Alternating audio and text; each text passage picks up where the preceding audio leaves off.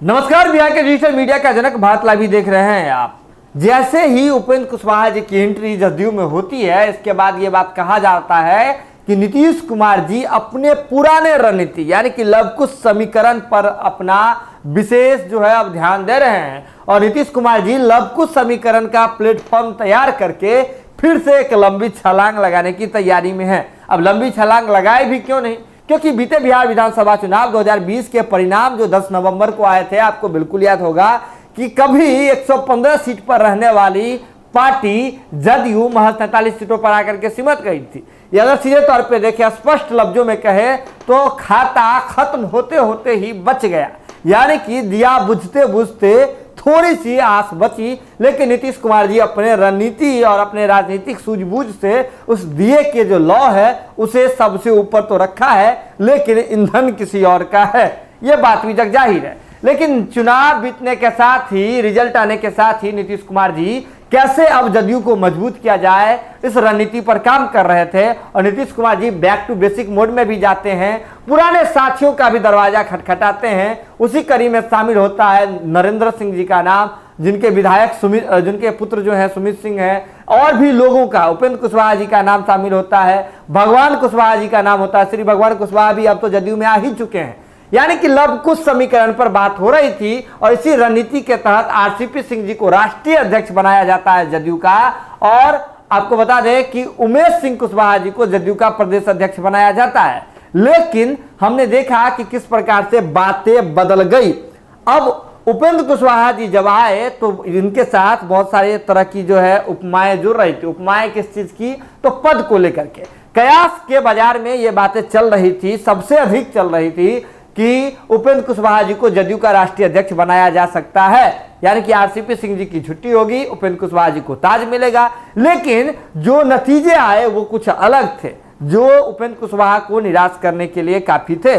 आपको बता दें कि उपेंद्र कुशवाहा जी जब से जदयू में आए हैं तब से यात्रा पर लगातार घूम रहे हैं और कह रहे हैं कि हमारा एक ही उद्देश्य है, एक ही उद्देश्य के साथ आए हैं कि जदयू को नंबर 1 पार्टी बनानी है।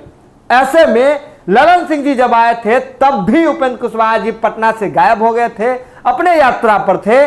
और आपको बता दें कि जैसे ही आरसीपी सिंह जी पटना अब थोड़ी देर में पहुंचने वाले हैं, तो आरसीपी सिंह जी के पटना आने से ठीक पहले उपेंद्र कुशवाहा जी ने पटना छोड़ दिया है, रिजेक्ट कर दिया है आरसीपी सिंह के इस बड़े भव्य स्वागत समारोह को, और उपेंद्र कुशवाहा जी अपनी रणनीति पर काम करते हुए निकल गए हैं यात्रा पर। उपेंद्र कुशवाहा जी ने इसकी सूचना जो है पहले भी दे दी थी अपने ट्विटर अकाउंट से। उन्होंने सीधे तौर पर लिखा था कि चौथा चरण जो है उसकी शुरुआत हो रही है जहानाबाद जो में जो है 16 अगस्त को, गया 17 अगस्त और औरंगाबाद 18 अगस्त को, यानी कि 16, 17, 18 ये 3 दिन के लिए उपेंद्र कुशवाहा जी निकल चुके हैं। सुबह का समय था, सुबह सुबह ही उपेंद्र कुशवाहा जी अपने यात्रा पर जो है, बिहार यात्रा पर उपेंद्र कुशवाहा जी निकल गए हैं।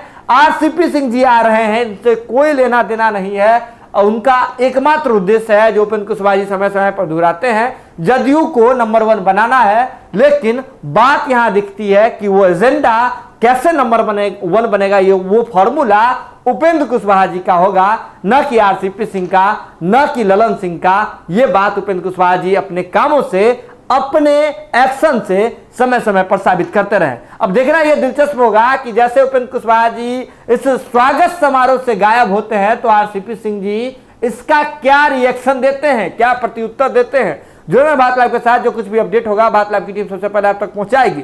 इसके लिए जरूरत है कि भारत लाइव की खबरों को आप यूं ही देखते रहें, शेयर करते रहें और हमारा मनोबल बढ़ाते रहें। बहुत बहुत धन्यवाद। अगर ये वीडियो पसंद आई और वह बिहार के राजनीति और बिहारियत से सरोकार रखेनी तो सब्सक्राइब बटन दबा के चैनल के सब्सक्राइब कर ली। ओजे एगो घंटी बा, ओकरा बटन दबा देला से कुल सटीक और मारक खबर रुआ मुफ्त में मिल जाई।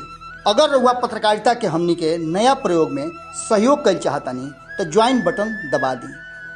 पेटीएम नंबर नोट कर ली 9386816700। धन्यवाद।